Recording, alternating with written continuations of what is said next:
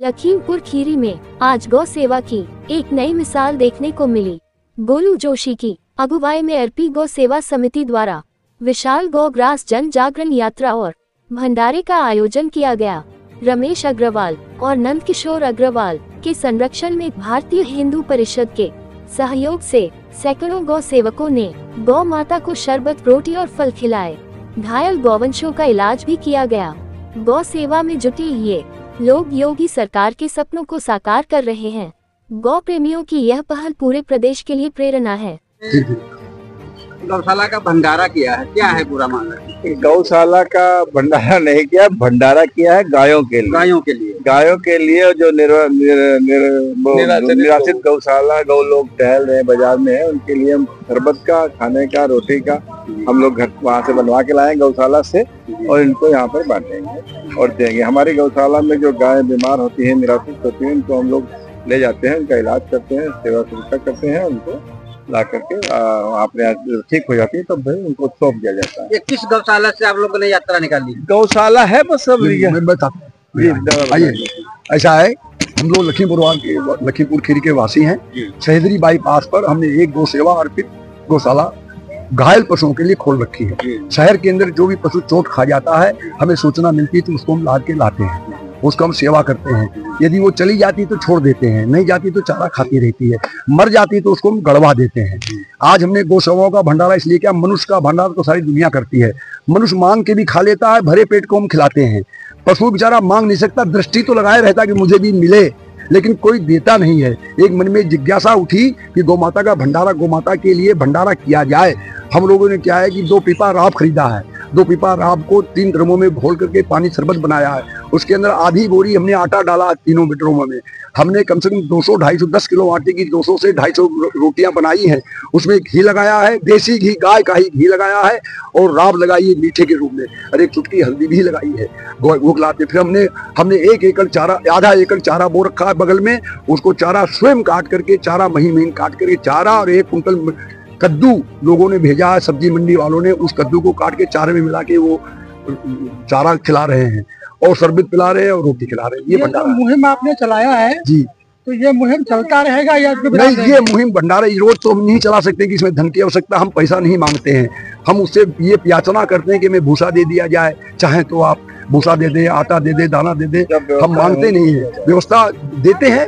आया कहाँ से? हमारे पास या तो आप ही लोगों ने। जो यात्रा निकाली कहाँ तक जाएगी? ये यात्रा निकल जहाँ पर हमारा सामान खत्म हो जाएगा वहाँ पे यात्रा समाप्त। जो निराश्रित गाय मिलती रहेंगी, हाँ, उनके लिए सेवा के लिए ये आपने मुहिम चलाई? जी।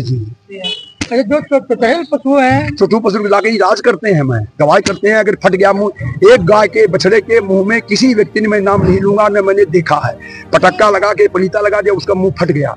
हमने क्या, उसके अंदर पशु को फट गया तो उसके टाके लगाए हैं और वो पशु आज उसी का पहले पूजन किया। ऐसे लोगों के लिए क्या आप व्यवस्था करेंगे? ऐसे लोग सुनो, चोर चोरी कर ले जाता है, उसके बाद व्यवस्था होती है। पहले थोड़ी पता चोर चोरी करने आया है, तुम डंडा लेके खड़े हो जाए। इनके लिए दंड होना चाहिए ना? दंड तो शासन देगा, मेरे अधिकार में हम लोग दंड तो शासन का है, शासन को सूचना देते हैं।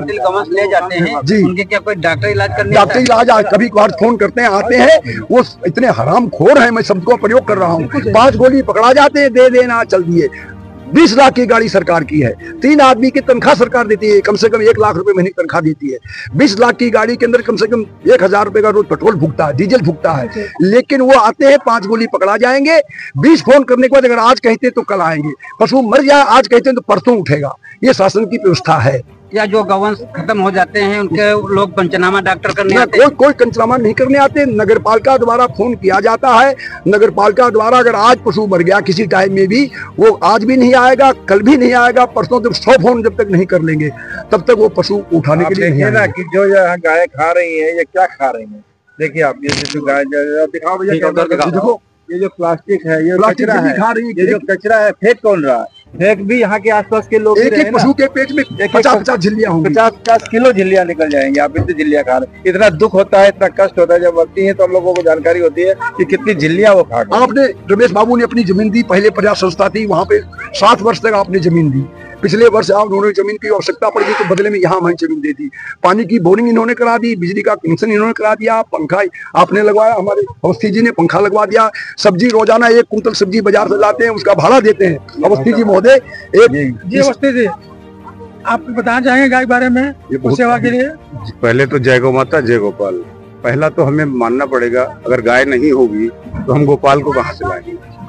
हम शंकर जी के मंदिर में जाते हैं, पत्थर के नंदी जी के कान में कहते हैं, मैं पूजा उनकी भी करता हूँ, लेकिन जो हमारे साक्षात नंदी ये घूम रहे हैं, इनको देखभाल कौन करेगा? क्योंकि मनुष्य स्वार्थी है। उसको जब तक आवश्यकता थी गोवंश को अपने खेतों में जोतने के लिए, और गाय का जब तक दूध मिलता है तब तक वो बांध के रखते हैं, लेकिन उसके बाद जब उपयोगिता खत्म हो जाती है तो हमारे देसी गोवंश को आज रोड पे बाहर छोड़ दिया गया है। यह बहुत बड़ी समस्या समाज के द्वारा ही उत्पन्न की गई है, और समाज ही जब तक आगे नहीं आएगा यह समस्या बनी रहेगी। तो हम लोगों का ये जो आज का कार्यक्रम है जन जागरूकता के लिए है। सभी लोग आए, पूरा समाज निकल के, और गोवंश की परवाह करे, उनको घरों में बांध के रखें, खुले में ना छोड़े, और जो नंदी है उनको 1 वर्ष की आयु में बधिया करा करके और गौशाला पहुंचा दें। अगला प्रोग्राम क्या नाम आपका है? अवधराज शुक्ला, अवध प्रांत अध्यक्ष गौरक्षा दल उत्तर प्रदेश। कुछ गाय के बारे में बताना चाहेंगे आप जो सेवा कर रहे हैं इसके बारे में बताएंगे? गायों के बारे में मैं भारतीय हिंदू परिषद अखंड भारत अंतर्राष्ट्रीय संगठन अवध प्रांत अध्यक्ष अवधराज शुक्ला उत्तर प्रदेश गौ सेवा परिवार से मैं सभी गौ जहाँ गौ सेवा के लिए आयोजन या गौ भंडारा का आयोजन होता है, मैं हर जगह जाकर के भंडारा आयोजन में हिस्सा लेते हैं बढ़ चढ़कर, और गौ माता की सेवा करते हैं।